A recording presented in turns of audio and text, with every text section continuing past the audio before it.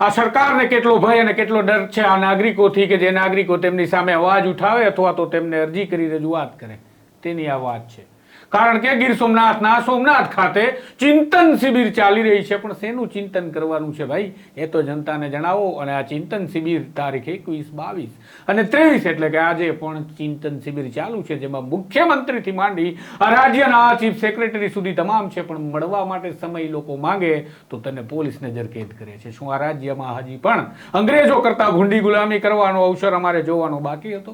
એવો સવાલ થાય। વિગતે વાત કરીએ પ્રવીણ રામની કે જેમને આક્ષેપ લગાવ્યા છે કે તેમની આસપાસ સિવિલ ડ્રેસમાં પોલીસ કર્મચારીઓ ગોઠવી દેવાયા છે કારણ કે તેમને મુખ્યમંત્રીને મળવા માટે સમય માંગ્યો છે। તો શું આ મુખ્યમંત્રી આ રાજ્યના નાગરિકોના સેવક નથી? અને શું જૂનાગઢની તોપ છે કે મળવાનો સમય માંગો તો પોલીસ તમને કેદ કરે? વિગતે વાત કરીએ। વૈષ્ણવજન તો તેને કહીએ જે પીડ પરાઈ જાનાને રે। નમસ્કાર, હું છું આપની સાથે તુષાર બસિયા। નવજીવન ન્યૂઝમાં આપનું સ્વાગત છે। જીવનમાં ડર ક્યારે લાગે એ ભૂપેન્દ્રભાઈએ સારી રીતે સમજી લેવું જોઈએ, કારણ કે જ્યારે જીવનમાં કાં તો તમે કંઈ કરતા નથી અથવા તો તમે ખોટું કરો છો અથવા તો કરવાના ઈરાદા રાખો છો ત્યારે તમને ડર લાગે। તો તમને શા માટે ડર લાગે છે? તમે જ્યાં જાઓ ત્યાં અગાઉથી પોલીસ એનો કાફલો ઉતારી દે છે। તમે જ્યાં જાઓ ત્યાં અગાઉથી પોલીસ એ લોકોની અટકાયત કરે છે જે લોકો વિરોધ પ્રદર્શન કરતા હોય છે, જે લોકો પોતાની વાતની રજૂઆત કરીને થાકે છે, તમારા વિરોધ માટે રસ્તા પર ઉતરતા હોય છે, અને કેટલાક તો તમને ખાલી રજૂઆત કરવા માટે આવતા હોય છે।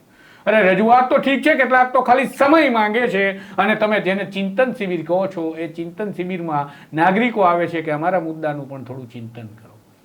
ગીર સોમનાથ જિલ્લાની વાત કરીએ તો આ ચિંતન શિબિરમાં પ્રવીણ રામે સમય માંગ્યો છે। એ પ્રકારે એક અલ્પેશ ત્રાંબડિયા નામના વ્યક્તિએ પણ સમય માંગ્યો છે કે ભાઈ અમારે મળવું છે આ સરકારને, આ સરકારના અધિકારીઓને અમારા મુદ્દાની રજૂઆત કરવી છે। પ્રવીણ રામે ઇકો સેન્સિટિવ ઝોનના મામલે મુખ્યમંત્રી પાસે મળવાનો માત્ર સમય માંગ્યો છે, પણ લેખિતમાં પણ પ્રવીણ રામ કહી રહ્યા છે કે ઘુંસિયા ખાતે એટલે કે તેમના મૂળ ગામમાં ઘુંસિયામાં કે જે ગીર સોમનાથ જિલ્લાનું એક ગામ છે ત્યાં પોલીસ ઉતારી દેવામાં આવી છે તેમની આસપાસ, અને પોલીસ તેમની રેકી કરી રહી છે। આ નાગરિક સ્વતંત્ર છે, કેવી રીતે કહેવું?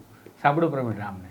ગીર સોમનાથ ખાતે શરૂ થયેલી ચિંતન શિબિરમાં મેં ઇકો ઝોન તેમજ આ જિલ્લાના મહત્વના મુદ્દાઓ માટે મુખ્યમંત્રી પાસે માત્ર સમય માંગ્યો છે, ત્યારે ગઈકાલ બપોરથી પોલીસના અમુક કર્મચારીઓ બિન ડ્રેસમાં મારા ગામ ઘુસિયાની અંદર મારી રેકી કરવાનો પ્રયત્ન કરી રહ્યા છે।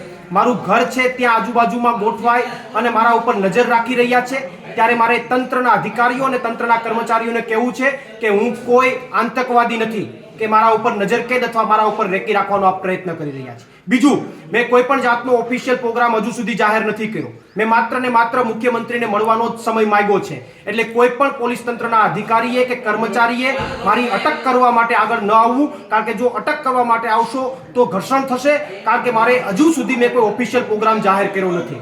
પ્રવીણ રામ, પ્રદેશ ફ્રન્ટલ અધ્યક્ષ, આમ આદમી પાર્ટી। તો તમે સાંભળ્યું એ પ્રકારે જે કહેવામાં આવે છે કે હિરણ ડેમની આસપાસ મોર્નિંગ વોક માટે આ બધા જવાના છે સરકારના અધિકારી અને સરકારના પદાધિકારીઓ, એટલે કે આપણે ચૂંટેલા નેતાઓ। તો અગાઉથી જ પ્રવીણ રામ ત્યાં જઈ અને મોર્નિંગ વોક કરી આવ્યા છે કે જેથી તેમના પગલાં જોઈને પણ કદાચ આ રાજ્યના મુખ્યમંત્રી કે જેને ડરપોક કહેવા વધારે યોગ્ય રહેશે તેઓને ખ્યાલ આવે કે આ રજૂઆત કરતા અમને મળવા માટે એમના ચપ્પલના તળિયા ઘસી નાખે છે।